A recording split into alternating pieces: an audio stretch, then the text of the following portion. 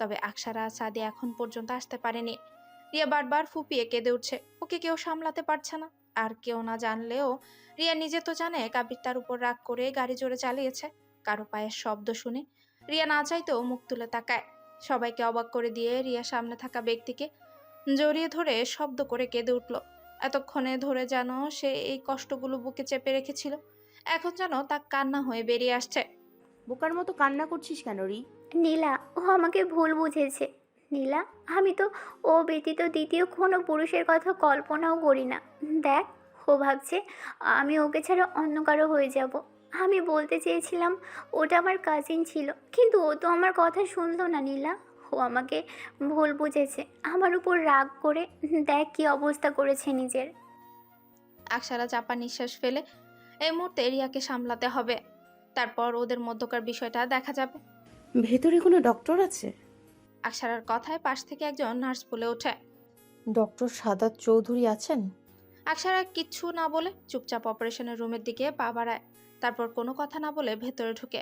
কিছুক্ষণ পরেই সব ডক্টর, নার্স আর আকসারা বেরিয়ে আসে। সবাইকে অবাক করে দিয়ে আকসারা বলে ওঠে। রি, তোর হাতে 5 মিনিট সময়। ভেতরে ঢুকে সবটা এক্সপ্লেইন করবি। 5 মিনিটের মধ্যে সব কথা শেষ করবি। গো ফার্স্ট। রিয়া তাকায় আকসারার দিকে। আকসারা ওকে চোখ দিয়ে ইশারা করে যাওয়ার জন্য। রিয়া এগিয়ে যায় অপারেশন রুমের দিকে। এতক্ষণে রিয়া সব ফ্রেন্ডরাও চলে এসেছে। অর্ণব বাইরে গিয়েছিল কিছু খাবার আর পানি আনার জন্য। ভেতরে ঢুকে দেখতে পায় সামনে দাঁড়িয়ে আছে প্রীতি। বেশ অবাক হয়, এই মানুষটাকে এই মুহূর্তে আশা করেনি সে। সামনে এগিয়ে যেতে অন্নাকে দেখে আর চমকে উঠেছে। পরিচিত কণ্ঠস্বর শুনে অন্না ঘুরে তাকায়। সামনে দাঁড়িয়ে আছে তার ভাই। অন্না নিজেও চমকে ওঠে। ভাইয়া, তুমি এখানে? আমার ফ্রেন্ড রিয়া আছে না, ওর ফিয়ন্সে অ্যাক্সিডেন্ট করেছে। নীলা কল করে আসতে বললো, তাই আমরা সব ফ্রেন্ডাই আসছি।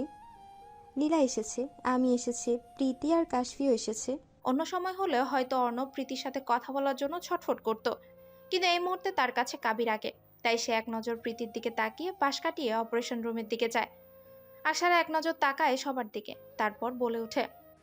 রাকিব ভাইয়া, আপনার সাথে আমার কথা আছে, আসুন একটু আমার সাথে। আকসারা নিজের কথা শেষ করে সামনের দিকে পা বাড়াতে গিয়েও থেমে যায়। ঘাড় ঘুরিয়ে পেছনে তাকায়। আদিল, আপনিও আসুন। আকসারা, সাদিয়া আর রাকিব সেখান থেকে বেরিয়ে গেল। অন্য একটা রুমের মধ্যে গিয়ে দরজা ভেতর থেকে লক করে দেয়। আকসারা নিজের ব্যাগ থেকে একটা ফাইল বের করে রাকিবের দিকে বাড়িয়ে দেয়। রাকিব প্রশ্নাত্মক দৃষ্টিতে তাকায় আকসারার দিকে।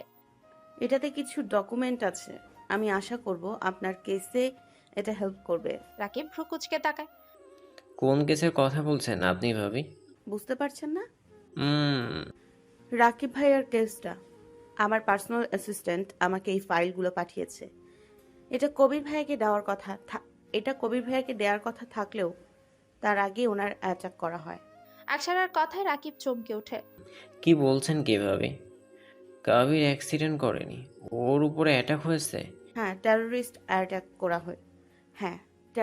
অ্যাটাক করেছে। এই ফাইলের মধ্যে কেসের অনেক ইনফরমেশন অ্যান্ড ইম্পর্টেন্ট কিছু পেন ড্রাইভ আছে। আমি আশা করব এর বাইরে আর কিছু প্রয়োজন পড়বে না। আকসারার কথায় রাকিব অবাক হয়ে ওর হাতের ফাইলটার দিকে চেক করতে শুরু করে। সত্যি তো অনেক ইনফরমেশন আছে এখানে, কিন্তু আকসারা এগুলো পেল কিভাবে? এগুলো তো আন্ডারগ্রাউন্ড গোপন সব তথ্য, আপনি পেলেন কিভাবে? আমার অ্যাসিস্ট্যান্টকে দিয়ে সব ম্যানেজ করেছি। আপনার অ্যাসিস্ট্যান্টটা কে ভাবি? জ্যাক। জ্যাক? কিন্তু এই নামে তো শান গ্রুপ অফ ইন্ডাস্ট্রির সিওর পার্সোনাল অ্যাসিস্ট্যান্ট আছে, তাই না? হ্যাঁ।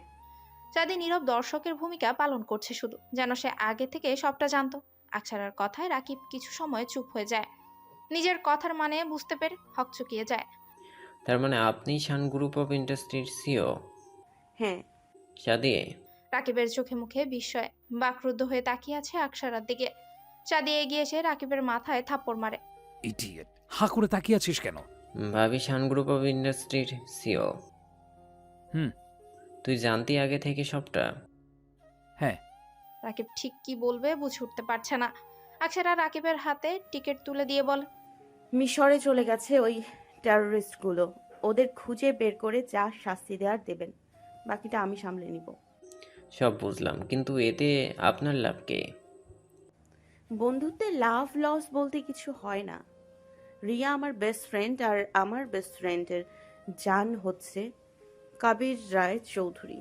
কবির রায় চৌধুরীর কিছু হলে রিয়া ভেঙে পড়বে, আর আমি বেঁচে থাকতে আমার রিয়াকে ভেঙে পড়তে দিব না।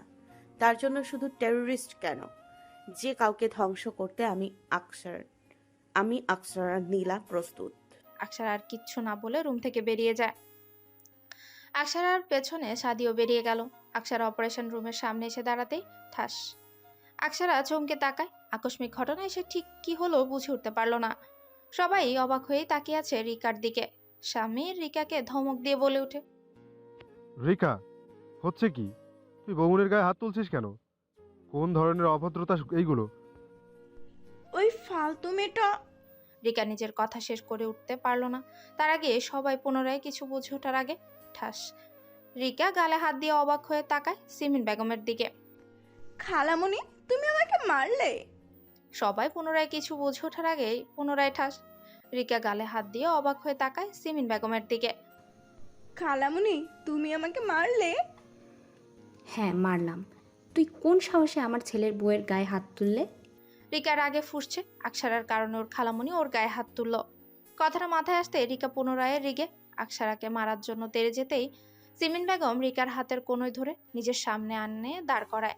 সিমিন বেগম কিছুটা হুঙ্কার দিয়ে বলে ওঠে, হ্যাঁ, মারলাম। তুমি কোন সাহসে আমার ছেলের বউয়ের গায়ে হাত তুললে?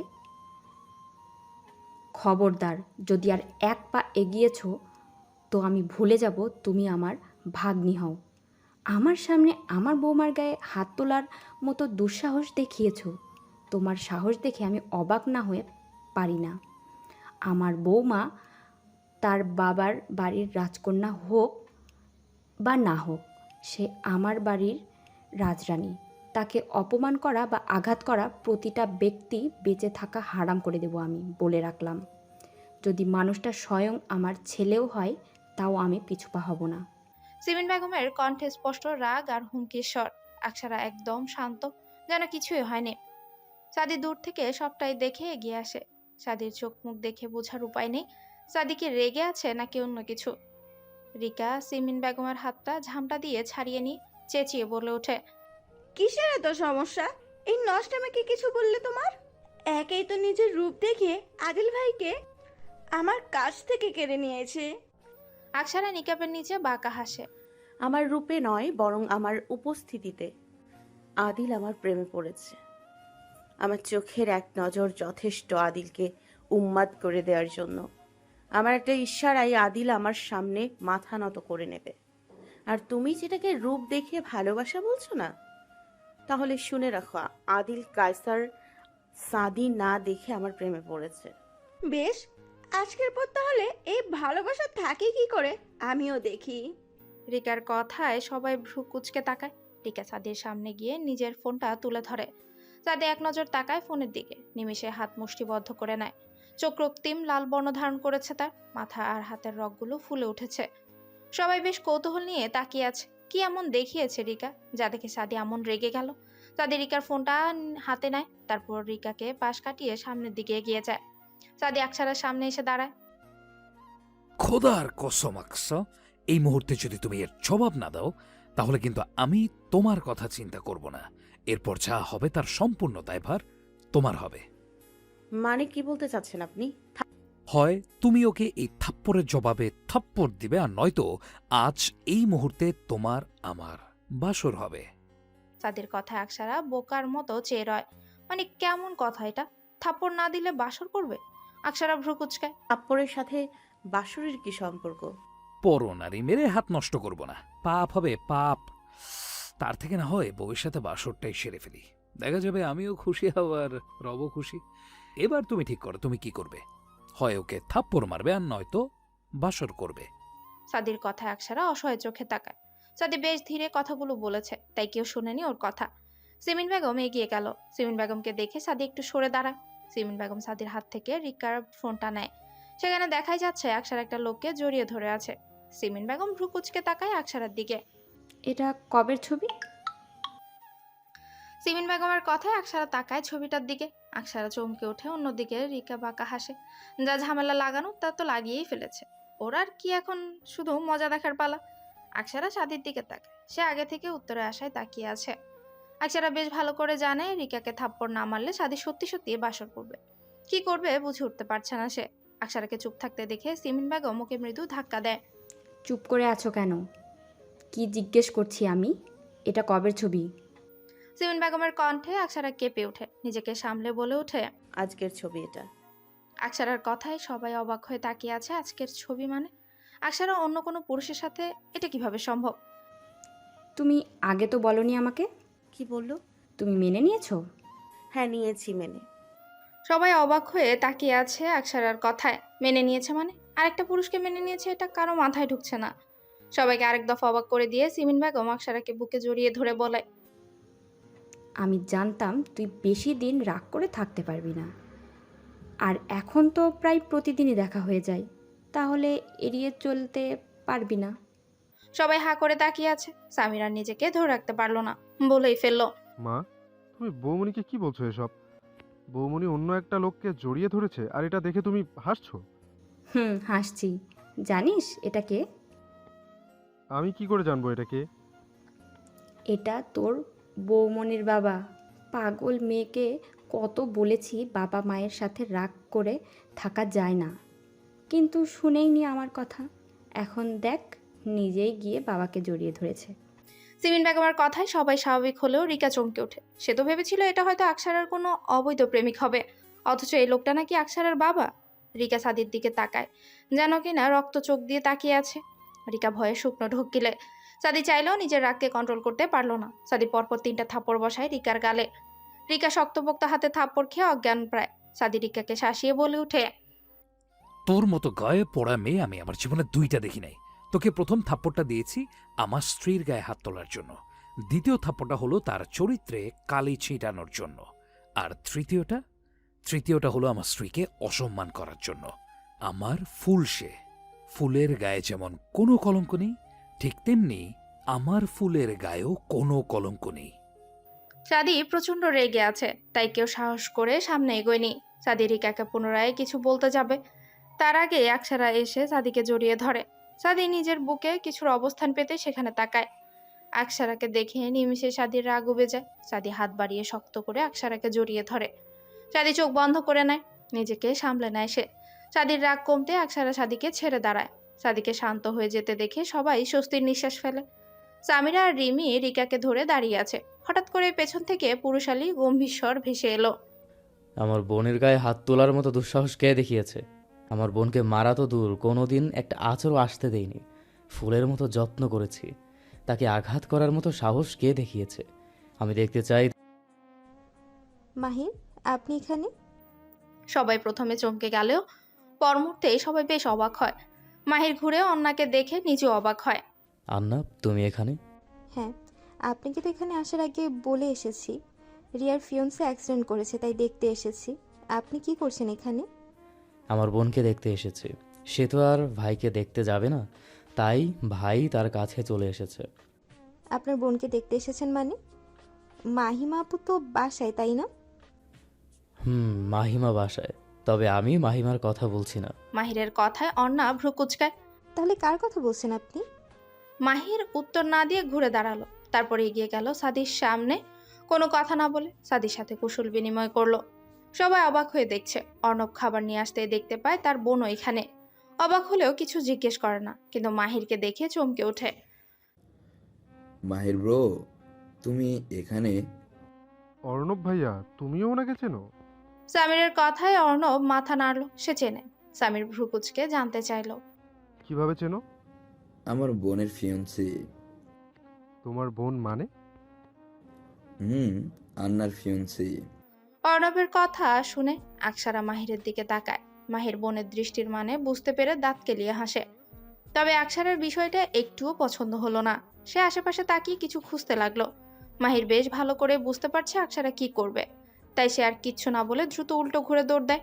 আকসারা পাশে থাকা ফুলদানিটা হাতে তুলে নিয়ে মাহিরের পেছন ছুটে যায়। সবাই হতবাক হয়ে দেখছে, কি হচ্ছে না হচ্ছে কারোই বোধগম্য হচ্ছে না। আকসারা মাহিরের পেছনে ছুটে বলে ওঠে, You liar! I swear, I kill you. I will kill you. মাহির দৌড়াতে দৌড়াতে মেকি হাসে।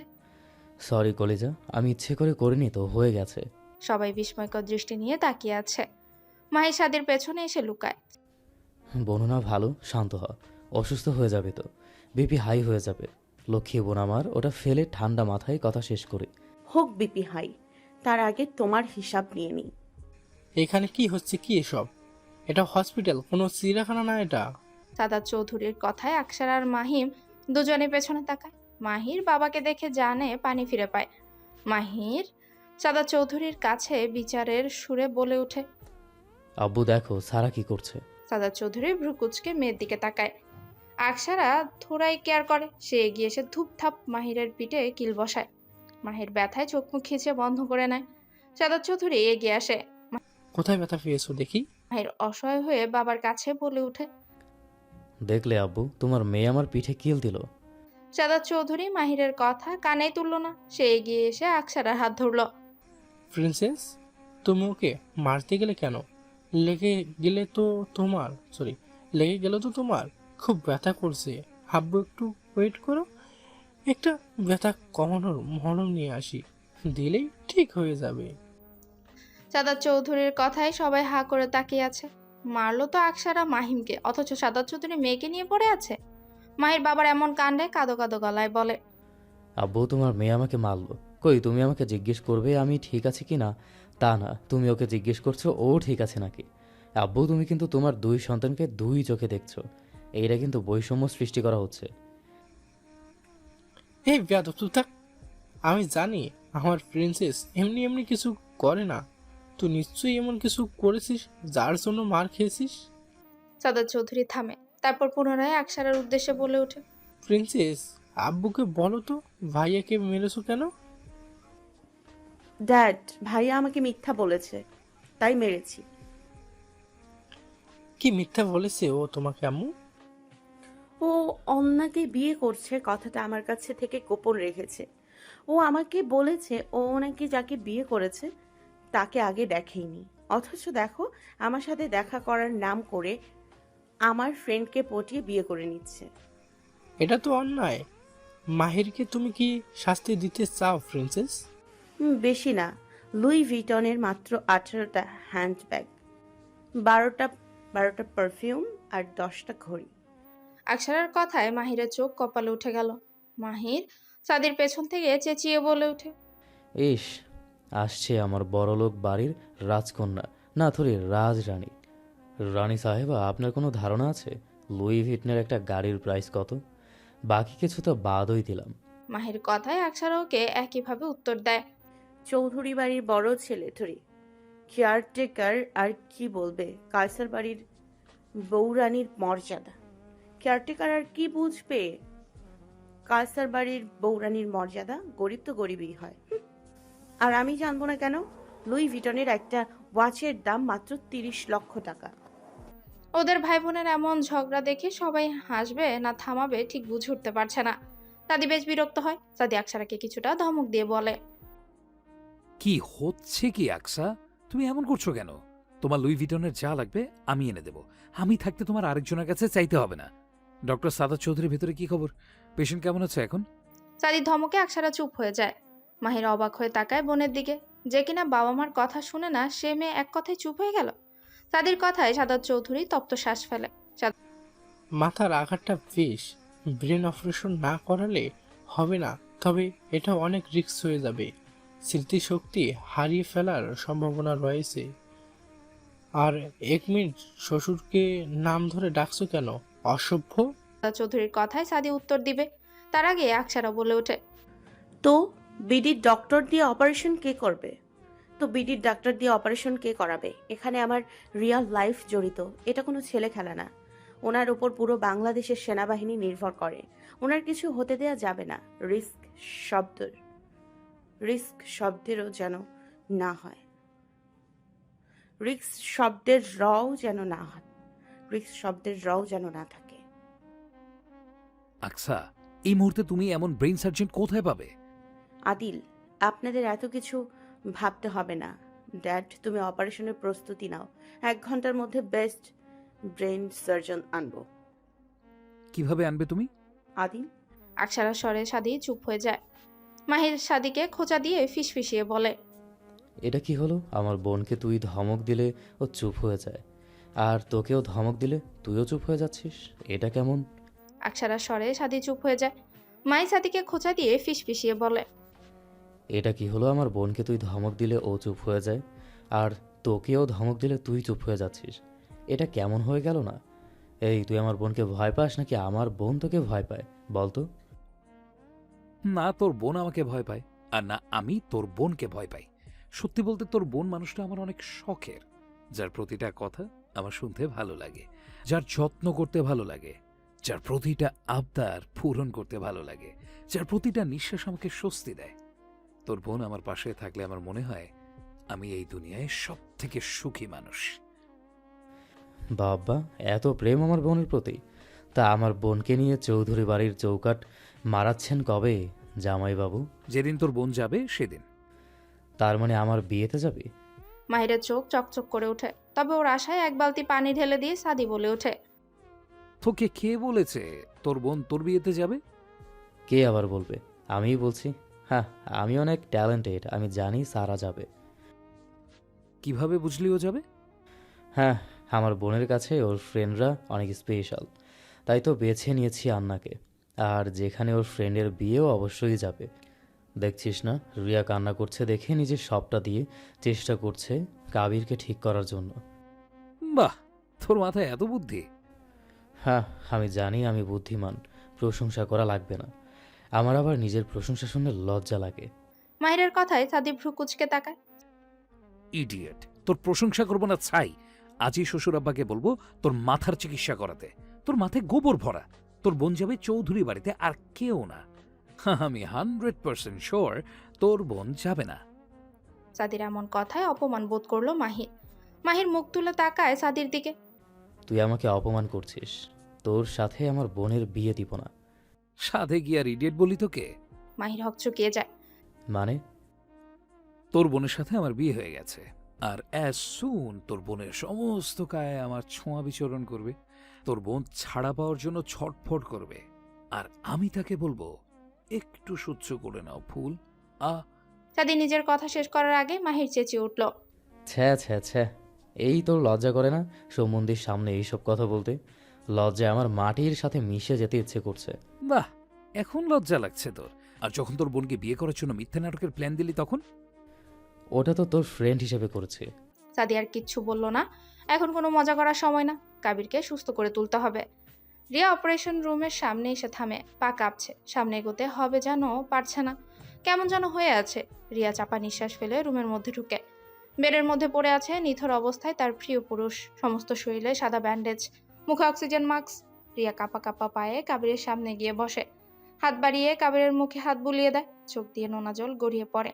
রিয়া কাপা কাপা স্বরে বলে ওঠে, কাবির, কাবির, উঠুন না কাবির, এভাবে শুয়ে থাকবেন না কাবির, একটু কথা বলুন। দেখুন আপনার রিয়া এসেছে, একটু বার তাকান, একটু কথা বলুন। বিশ্বাস করুন, ওতে কোনো পরপুরুষ ছিল না, আমার ভাই ছিল। কাবির, আপনি কি শুনতে পাচ্ছেন? আপনি ব্যতীত দ্বিতীয় কোনো পুরুষ নেই আমার জীবনে। রিয়ার এত কথা কিছুই কাবির শুনছে না। রিয়ার মতো শোনার মতো অবস্থায় কি আছে সে? রিয়া কাবিরের বুকে মাথা রেখে ফুপিয়ে কেঁদে ওঠে। কাবির, আপনার রিয়া আপনাকে ছাড়া নিঃস্ব, আপনি ছাড়া আমার যে আর কেউ নেই কাবির। এই রীতা ইসলাম রিয়ার যেমন শুরুটা আপনি, ঠিক তেমন শেষটাও আপনি। আপনি বিহীন আমি শূন্য। আপনাকে ভালোবাসি, খুব ভালোবাসি, কারণে অকারণে, প্রয়োজনে অপ্রয়োজনে, ক্ষণে ক্ষণে, প্রতিটা মুহূর্তে আপনাকে ভালোবাসি। আমাকে একা করে দিবেন না কাবির, আপনাকে ছাড়া আমি বাঁচবো না কাবির, প্লিজ ফিরে আসুন। বলে রিয়ার আর্তনাদ সবই অজানা রয়ে গেল কাবিরের। রিয়া কাঁদতে কাঁদতেই থেমে গেল। কিছুক্ষণ যাওয়ার পর আকসারা এসে রিয়াকে নিয়ে যায়। কিছু সময়ের মধ্যেই কাবিরকে অপারেশন করার জন্য তৈরি করা হবে, তাই রিয়া না যেতে চাইলেও আকসারা ওকে নিয়ে বেরিয়ে আসে। হসপিটালের করিডোরে কাবিরের পরিবার আর কায়সার বাড়ির সবাই আছে, অপেক্ষা করছে আকসারার আনা ডক্টরের জন্য। সবার নীরবতা ভেঙে হাই হিলের ঠকঠক শব্দ তুলে দ্রুত পায়ে হসপিটালে প্রবেশ করে একজন মেয়ে সার্জন, যার পরনে কালো টি শার্ট, কালো ফর্মাল প্যান্ট, মুখে মাস্ক পরা, তাই মুখ দেখা যাচ্ছে না। আকসারা এগিয়ে গিয়ে জড়িয়ে ধরলো। সবাই অবাক হয়ে দেখছে এটা ডক্টর না কোনো মডেল বোঝা দেয়। সিমিন বেগমও মুচকি এসে কুশল বিনিময় করে। একজন নার্সকে ডাক দিয়ে আকসারা পরিচয় করিয়ে দিল। সময় কম, তাই মেয়েটাও আর কোনো কথা না বলে দ্রুত অপারেশন রুমে ঢুকে যায়। সবাই বসে আছে, টান টান অবস্থা। কখন জানি ডক্টর বেরিয়ে আসে। ভেতরে কি হচ্ছে কি হবে, সবাই চুপচাপ বসে আছে। সবাই অপেক্ষা করছে কখন অপারেশন শেষ হবে। আকসারা সাদির পাশে দাঁড়িয়ে শক্ত করে ওর হাত ধরে রেখেছে। সাদি যেন ভেঙে না পড়ে, তাই তো আকসারা সাদির পাশে দাঁড়িয়েছে। অপারেশন রুমের লাল লাইটটা বন্ধ হয়ে গেল। সবাই সোজা হয়ে বসে। কিছু সময়ের মধ্যে ডক্টরও বেরিয়ে আসে। সাদি এগিয়ে যায় ডক্টরের সামনে। ডক্টর, আমার ফ্রেন্ডের অবস্থা কেমন এখন? মেয়েটা মুখ তুলে তাকায় সাদির দিকে। মেয়েটার তাকানোর কারণে সাদির সাথে দৃষ্টি মিলে যায়। সাদি চমকে তাকায়। মেয়েটার চোখ জোড়া একদম আকসারার মতো, সবুজ হ্যাজেল চোখ। সাদির কথায় মেয়েটা মৃদু স্বরে বলে, he is out of danger. এত টেনশন করার মতো কিছু হয়নি। আশা করছি 4-5 ঘন্টার মধ্যে জ্ঞান ফিরে আসবে। ডক্টরের কথায় সবাই স্বস্তির নিঃশ্বাস ফেলে। রিয়া শব্দ করে কেঁদে ওঠে। রিয়া কিছুটা কান্নারত কণ্ঠে বলে, আলহামদুলিল্লাহ। আকসারার আনা ডক্টর মেয়েটা এগিয়ে গেল রিয়ার সামনে। রিয়ার মাথায় আস্থার হাত রেখে বলে ওঠে, কম অন ইয়ার বেটার, তুমি ইন ফিউচার ডাক্তার হবে। অ্যান্ড ইউ নো দ্যাট ডাক্তারদের সবসময় স্ট্রং থাকতে হয়। নিজের প্রিয় মানুষকেও এই অবস্থায় দেখলেও নিজেকে শক্ত রাখা উচিত ছিল। আমি তোমার কাছ থেকে এটা আশা করিনি। Be a woman, everything is all right. Okay বেটা? রিয়া মৃদু মাথা নাড়ায়। সবাইকে অবাক করে দিয়ে আকসারা বলে ওঠে, মম, তোমার সাথে এত সময় লাগলো কেন? আকসারার কথায় সবাই চমকে ওঠে। আকসারা এই মেয়েকে মম বলছে কেন? তার মানে কি এটা আকসারার মা নাকি? সাদি ভ্রু কুচকে তাকায়। আকসারার কথায় মেয়েটা মুচকি এসে উত্তর দেয়, সরি ডিয়ার, ইউ নো না বাংলাদেশের জ্যাম কেমন। সিমি কেমন আছিস? সিমিন বেগম মুচকি এসে জবাব দিল, আলহামদুলিল্লাহ। তা আমার জামাই কোথায়? আমি এখানে সুইটহার্ট। সবাই চমকে পেছন ঘুরে তাকায়। সাদাত চৌধুরী এগিয়ে আসে। মিসেস অ্যাশলি ভ্রু কুচকে তাকায়। আমি তোমার কথা বলছি না সাদ, আমি আমার মেয়ের জামাইকে দেখতে চাচ্ছি। মিসেস অ্যাশলির কথায় সাদাত চৌধুরী মুখ কালো করে ফেলে। হ্যাঁ, তো বলবে না মেয়ের জামাইকে দেখতে চাচ্ছ? আমি ভাবলাম আমার বউটা হয়তো আমাকে মিস করে দেখতে চাচ্ছে। I am not interested with you mister Shadab Chowdhury. Sadat Chowdhury অসহায় মুখ করে তাকায় স্ত্রীর পানে। সামিন বেগম মুচকি হাসে। সাদির দিকে তাকিয়ে ইশারা করে বলে ওঠে, অ্যাশলি, ওই যে তোর মেয়ের জামাই তোর পেছনে দাঁড়িয়ে আছে। সিমিন বেগমের দৃষ্টি অনুসরণ করে মিসেস অ্যাশলি পেছন ঘুরে তাকায়। মিসেস অ্যাশলি সাদিকে দেখে মুচকি হেসে বলে, আরে জামাই এত দূরে দাঁড়িয়ে আছে কেন? সামনে আসো। সিমিন বেগমের দৃষ্টি অনুসরণ করে মিসেস অ্যাশলি পেছন ঘুরে তাকায়। মিসেস অ্যাশলি সাদিকে দেখে মুচকি হাসে। সাদি তাকায় আকসারার দিকে। আকসারা ইশারা করে যাওয়ার জন্য সাদি এগিয়ে আসে। মিসেস অ্যাশলি সাদির মাথা থেকে পা পর্যন্ত স্ক্যান করে। সাদি এক দৃষ্টিতে তাকিয়ে আছে আকসারার দিকে। আকসারা চাপা নিঃশ্বাস ফেলে এগিয়ে আসে। সাদির পাশে এসে থামে। আকসারা সাদির হাতের আঙ্গুলের ভাঁজে হাত গুজে দাঁড়ায়। মিসেস অ্যাশলি মেয়ের এমন কাজে ভ্রু কুচকায়। আকসারা মৃদু স্বরে বলে ওঠে, মম, meet my one and only husband, Mr. Adil Kaisar Sadi, son of Mr. Adnan Kaisar and Mrs. Shimin Kaisar. কি বলবে তুমি? কে তোমার husband? My beloved husband, Mr. Adil Kaisar. কবে বিয়ে করেছো? দেশে আসার পর। আকসারার কথায় মিসেস অ্যাশলির মাথায় যেন বজ্রপাত ঘটে। উনি অবিশ্বাস্য দৃষ্টি নিয়ে তাকায় মেয়ের দিকে। মিসেস অ্যাশলি ঘাড় ঘুরিয়ে স্বামীর পানে তাকায়। সাদাত, আপনি জানতেন আমার মেয়ে দেশে আসার পর বিয়ে করেছে? সাদাত চৌধুরী চুপ হয়ে আছে। উনি নিজেই তো সবটা জেনেছে অনেক পরে, এখন কি বলবে? মাহির একটু এগিয়ে আসে। ছোট আম্মু এমন করছো কেন? তুমি তো আগে থেকেই সাদির সাথে বনুর বিয়ে ঠিক করে রেখেছিলে, তাই না? তাহলে সমস্যা কোথায়? সমস্যা আছে তো, অনেক সমস্যা। মাহিরের কথায় মিসেস অ্যাশলির এমন উত্তর দেওয়ার মাহির কি বলবে খুঁজে পাচ্ছে না। সাদি এতক্ষণ চুপ থাকলেও এবার বলে ওঠে, আমাকে আপনার জামাতা হিসেবে মেনে নিতে কি প্রবলেম আম্মু? আমি কি আপনার মেয়ের জন্য অযোগ্য? কতদিন হয়েছে বিয়ে করেছো তোমরা? সিমিন, তুই সবটা জানতি, আমাকে জানানো হয়নি কেন? অ্যাশলি, ওরা নিজেরা বিয়ে করেছে, তাই জানতে পারিনি। সারা না করেছিল তোকে জানাতে। আমি মানি না এই বিয়ে। আমার মেয়েকে আমি এভাবে বিয়ে দিব না। আমার মেয়েকে নিয়ে আমি আজ এই মুহূর্তে কানাডা ব্যাক করব। মিসেস অ্যাশলি এগিয়ে গিয়ে আকসারার হাত ধরে টান দেয়। আকসারার এক হাত সাদির হাতের দখলে। আকসারা সাদির হাত আরো শক্ত করে ধরে। মিসেস অ্যাশলি প্রচন্ড রেগে আছে। চোখ দুটো লাল হয়ে গেছে। মুখের মাস্ক খুলে ফেললো। সবাই হতবাক হয়ে তাকিয়ে আছে মিসেস অ্যাশলির দিকে। কে বলবে ওনার এত বড় মেয়ে আছে? মহিলা না মেয়ে? আশ্চর্য! কোনটা বলে সম্বোধন করবে তাকে? সাদাত চৌধুরীর উদ্দেশ্যে বলে ওঠে,